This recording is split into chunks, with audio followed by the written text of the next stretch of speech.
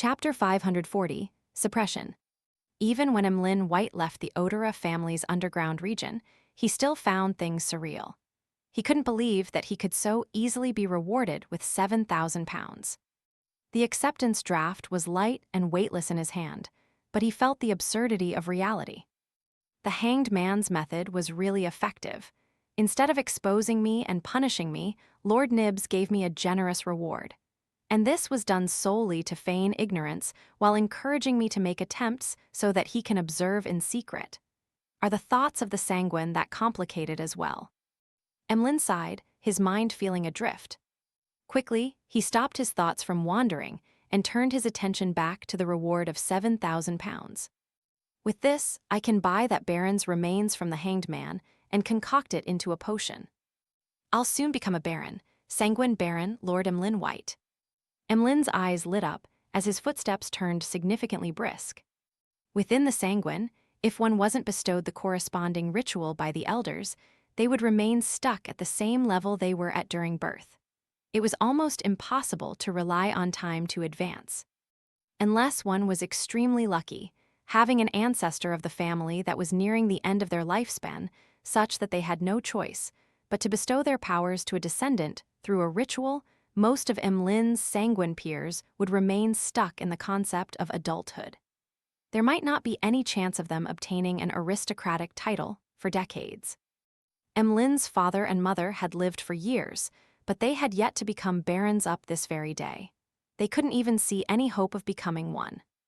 As Emlyn walked out the door, he couldn't help but glance at the nearby Cosme Odora. This elderly sanguine who has been active in the Roselle era has only been a baron up to this day, and I am about to reach this rank as well.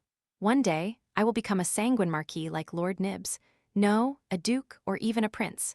Only by doing so will I be able to shoulder the responsibility of being the sanguine's messiah. Yes, the baron's remains is only about £4,000. I'll have a lot of money left. I can even buy a few more dolls and give them some new clothes. Emlyn unconsciously straightened his back and began to walk more and more proudly. In the Berg household, in the City of Silver, Derek lit some candles and prepared for the sacrificial ritual. The lightning frequency alternated several times before he finally found an opportunity. He was very sure that the chief wasn't be able to keep an eye on him at this moment, because he had left the City of Silver with the little boy, Jack, who had recovered somewhat, and a group of explorers, in search for the so-called route that led from the coast to the destroyed city. It didn't take long for Derek to set up everything and say Mr. Fool's honorific name in a reverent, low voice. He very skillfully and methodically sacrificed the Spirit Eater's stomach pouch needed by Miss Magician, and the Beyonder ingredients designated by Mr. Hanged Man to the ruler above the gray fog. There were many cracks on the City of Silver's solid city walls, but they were filled to the brim with black hard soil. Strands of dense weeds grew on them, swaying in the wind like human hair. All of a sudden, all of them stood up as if they wanted to capture something, but they turned limp without any strength left in them. Early morning, at the Cathedral of Waves, Alger Wilson, who had come to collect the bounty, heard an important piece of news from the diocese bishop, Chogo. Letitia Dolra of the Moses Ascetic Order had disguised herself as an archaeologist and entered the depths of the jungle on Saimim Island. It was unknown what she did that inflicted grievous injuries to see God Calvatua, who had been in hiding for years, pushing it to the verge of collapse. As a result, it was frantically searching for an opportunity to survive. Rumor has it that this evil spirit which calls itself See God had been discovered by two powerful cardinals of the military a long time ago.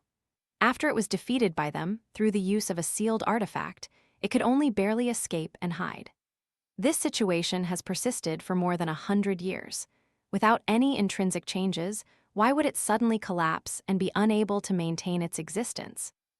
Alger frowned slightly, wondering what the difference was. A situation deliberately created by the Moses Ascetic Order. But why didn't they do so in the past 100 years? To complement one of their other plans. Between speculation and doubt, Alger suddenly became aware of an important factor. The biggest and most fundamental difference between the last 100 years and now was that the world had come to Bayam. Mr. Fool's Blessed had come to the Rørsted archipelago. Does his appearance anywhere indicate that something big is about to happen or is brewing? Previously, it was the Great Smog of Backland, and there was the abnormality in Bansi Harbor. Now, there's the dying struggle of sea god Kalvatua and the unknown plot of the Moses ascetic order. No, to be precise, wherever a major problem is brewing or about to happen, Mr. Fool's blessed will be there. They accept Mr. Fool's arrangements and pursue the activities of those secret organizations, the evil gods and angels. As soon as his train of thought changed, Alger was suddenly enlightened, feeling as though he had grasped the truth. It's not that things happen wherever the world is, but that the world and the other blessed will appear when something is about to happen. What good does this bring to Mr. Fool? Is it a plot solely to destroy the enemy's schemes, or does it help him lift his seal and release more power? Alger held back his doubts and decided to seize the opportunity to submit some intel from before. He clenched his right hand into a fist and pressed it against his left breast. He said with a look of hesitation, "Your Excellency, while pursuing the remnant forces of steel, I heard a piece of intel." "What is it?" Chogo had originally planned to send this bishop-ranked captain out into the sea to search for traces of the resistance, but he was forcibly interrupted by him. For a moment, he felt irritated. Alger recalled and said, "Someone mentioned Bansi Harbor in a conversation. They mentioned that an abnormality had happened there, but the descendants of the Medici family were well hidden and didn't end up being discovered." Bansi Harbor, abnormality. Chogo took a step forward and pressed, "What else did they say?" "Other than mentioning that there was a fallen bishop of the church, nothing else. Your Excellency, is the Medici family a dark family of the fourth epoch?" Alger asked deliberately. Chogo's expression sank. "That's not something you should know. I'll report it to His Eminence Kottmann at once." Kottmann was a Church of Storm's cardinal, the Archbishop of Rørsted Sea, a high-ranking deacon of the mandated Punishers, and the true ruler of the Beyonder world in the archipelago, John Kottmann.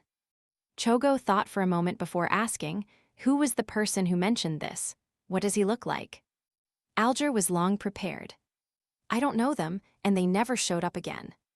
I remember that the person mentioning Bansi Harbor and the Medici family was an ordinary-looking young man with a thin face, a broad forehead, black eyes, and black hair. He wore a monocle. He seemed to notice that I was eavesdropping, but he didn't show any anger. Instead, he smiled at me." Alger had been describing blasphemer Ammon. He wanted the cardinals to believe that the exposure of the secret regarding the Medici family and Bansi Harbor was the result of a struggle between the kings of angels. This is really a suitable person to use as a reason.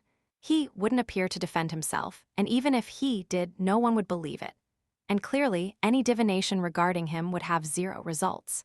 If Beyonder means are used to confirm my information source, there will be strong signs of interference from Mr. Fool, and they won't be able to get an accurate answer. From the looks of it, this is equivalent to what Ammon did. Alger thought with considerable relief. Chogo nodded lightly. "Find these people and trace the whereabouts of the resistance." "Yes, Your Excellency," Alger answered with a look of piety and struck his right fist on his left breast. Dark clouds covered the sky as the rain fell down in torrents, creating white fog in the process. In the port of Bayam, the blue water rose slowly but firmly, and the freighters and liners rocked like leaves fluttering in midair. The rain continued to fall, and the sea level gradually approached the dike. The city was flooded with water in many places, and the environment was greatly suppressed. One by one, the fanatical and numb locals, in their taraba shirts and tattered jackets, came to the edge of the cliff or the dike before jumping into the sea. Their flesh and skin rapidly lost moisture as they fell, and they were already desiccated corpses by the time they fell into the sea. A group of people were rioting as they hugged a Navy sailor who was walking out of a base. They angrily bit him to death with their teeth, reducing him to a mangled, bloody mess, and caused chaos on the streets. Whoosh! Boom!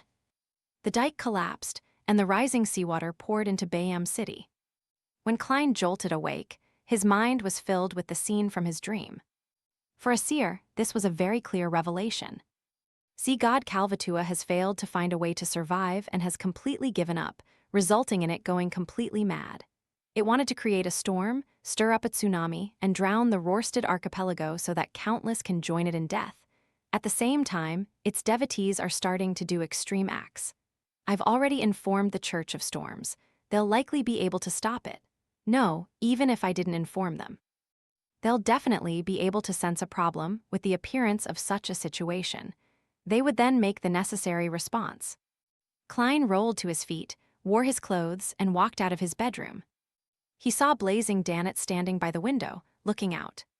He saw the clouds hanging low as rain poured down, as though it was endless. A sign has appeared. Klein walked over to Danitz, who was also looking out at the repressive weather. He could faintly hear the abnormal sound of the tide. In the midst of silence, the sound of explosive thunder suddenly rang out in the air. The leaden-colored clouds quickly split apart, and the falling rain lost its source. In the direction of the docks, everything returned to normal. The morning sun shone down from high up in the sky, bathing Bayam in holy light. Danitz hissed and said to himself, John Cotman changed the weather. John Cotman, the Church of Storms cardinal and high-ranking deacon of the mandated Punishers, he suppressed Kalvatua's powers. Klein retracted his gaze while in thought. Danitz heaved a sigh of relief. I was rather worried just now.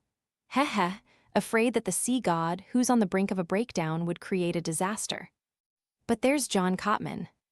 Seeing that Jayaman Sparrow was silent, he continued adding, at sea, even the king of the 5 seas and queen mystic won't be his equal. Captain said he's a sequence 3 demigod. The potion's name is. It's a sea king.